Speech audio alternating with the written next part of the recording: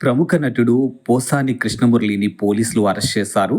So, ఆయన పైన ఏపీలో రాయచోట్‌లో పోలీసులు కేసు నమోదు చేయడంతో, రాయచోటి పోలీసులు ఈరోజు హైదరాబాద్‌లో ఉన్నటువంటి రాయదుర్గంలోని మై హోమ్ బూజా అపార్ట్మెంట్‌లో ఉన్నటువంటి అతన్ని పోలీసులు అదుపులోకి తీసుకున్నారు. అనంతరం ఏపీకి తరలించారు. ఇక చంద్రబాబు, పవన్ కళ్యాణ్ లొకేషన్‌పై అనుచిత వ్యాఖ్యలు చేశారని పోసానిపై పలుచోట్ల కేసులు కూడా నమోదయ్యాయి. ఇక పోసాని కృష్ణమురళి గతంలో కూడా అంటే 2019 నుంచి 2024 వరకు కూడా ఆంధ్రప్రదేశ్‌లో వైఎస్ఆర్‌సీపీ అధికారంలో ఉన్నప్పుడు పోసాని కృష్ణమురళి వైఎస్ఆర్‌సీపీ నాయకుడిగా ఆయన బాధ్యతలు పార్టీలో ఆయన నిర్వహించినటువంటి తీరు అదంతా మనం చూసాము. సో, ఆయన వైఎస్ఆర్‌సీపీ పార్టీలో ఉన్నప్పుడు అప్పటి ప్రతిపక్ష నేత అయినటువంటి చంద్రబాబు నాయుడు, అలాగే పవన్ కళ్యాణ్, అలాగే లోకేష్‌ని ఉద్దేశించి ఆయన చేసినటువంటి వ్యాఖ్యలు కానీ, ఆయన మాట్లాడినటువంటి తీరుకు గాను ఇప్పుడు ఆంధ్రప్రదేశ్‌లో పలుచోట్ల ఆయన పైన కేసులు నమోదు చేయడం జరిగింది. సో, అవన్నీ కూడా అంటే ప్రస్తుతానికైతే రాయచోటి పోలీసులు ఏదైతే అతని పైన కేసు నమోదు చేశారో, సో ఆ కేసును ఉద్దేశించి ఆ పోలీసులు కూడా హైదరాబాద్‌కి రావడం జరిగింది.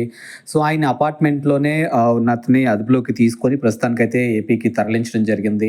అండ్ గతంలో కూడా మనం చూసాము కాంట్రవర్సీ‌లకి కేర్ ఆఫ్ అడ్రస్‌గా ఉన్నటువంటి ఆర్‌జీవీని కూడా ఒంగోలు పోలీసులు హైదరాబాద్‌లో అరెస్ట్ చేసి ఆయన్ని కూడా ఒంగోలుకి తరలించడం జరిగింది. దానికన్నా ముందు కూడా ఆయనకి పలు దఫాలుగా నోటీసులు జారీ చేసినప్పటికీ కూడా ఆయన సినిమా షూటింగ్ నిమిత్తం ప్రొడ్యూసర్స్‌కి లాస్ అవుద్దని ఆయన చెన్నైలో ఉన్నట్టు ఒంగోలు పోలీసులకి లేఖ రాయడం జరిగింది. ఆ తర్వాత బంధువుల పెళ్లి నిమిత్తం నేను కొంచెం బిజీగా ఉన్నాను అన్నట్టుగా అప్పుడు కూడా కొన్ని లేఖలు రాయడం జరిగింది.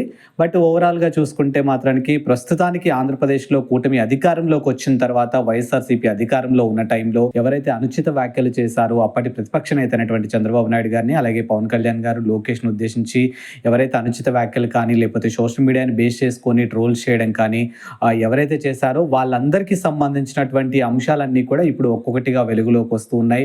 అండ్ కూటమికి సంబంధించినటువంటి నేతలు అవ్వచ్చు, కార్యకర్తలు అవ్వచ్చు, ప్రతి ఒక్కరు కూడా కేసులు పెట్టడం జరుగుతుంది పలు పోలీస్ స్టేషన్లో. ఇప్పుడు పోలీసులు కూడా ఆ విషయాన్ని సీరియస్గా తీసుకొని ఎవరైతే అనుచిత వ్యాఖ్యలు చేశారో వాళ్ళందరినీ కూడా ఇప్పుడు అదుపులోకి తీసుకున్నట్టుగా తెలుస్తుంది. గతంలో కూడా మనం చూసాము నందిగాం సురేష్ అవ్వచ్చు, లేకపోతే ప్రస్తుతానికి టీడీపీ కేంద్ర కార్యాలయంపై దాడికి సంబంధించినటువంటి అంశంలో వల్లభనేని వంశీ అరెస్ట్ అవ్వచ్చు. ఇలా ప్రతిదీ కూడా నందిగాం సురేష్ ఇలా చెప్పుకుంటూ పోతే చాలా పేర్లే ఉన్నాయి. అంటే గతం నుంచి చూసుకుంటూ వస్తున్నాం మనం. సో, ఇప్పుడు తాజాగా పోసాని కృష్ణమురళిని కూడా పోలీసులు అయితే అరెస్ట్ చేయడం జరిగింది. ప్రస్తుతానికైతే ఆయన్ని అనంతపూర్ అయితే తరలించారు. సో, మరి ఇప్పుడు నెక్స్ట్ ఏ విధంగా ఉండబోతుంది, అసలు దీన్ని పోసాని కృష్ణమురళి ఏ విధంగా దీన్ని ఎదుర్కోబోతున్నారు ఏంటి అనేది ఇంకా తెలియాల్సి ఉంది.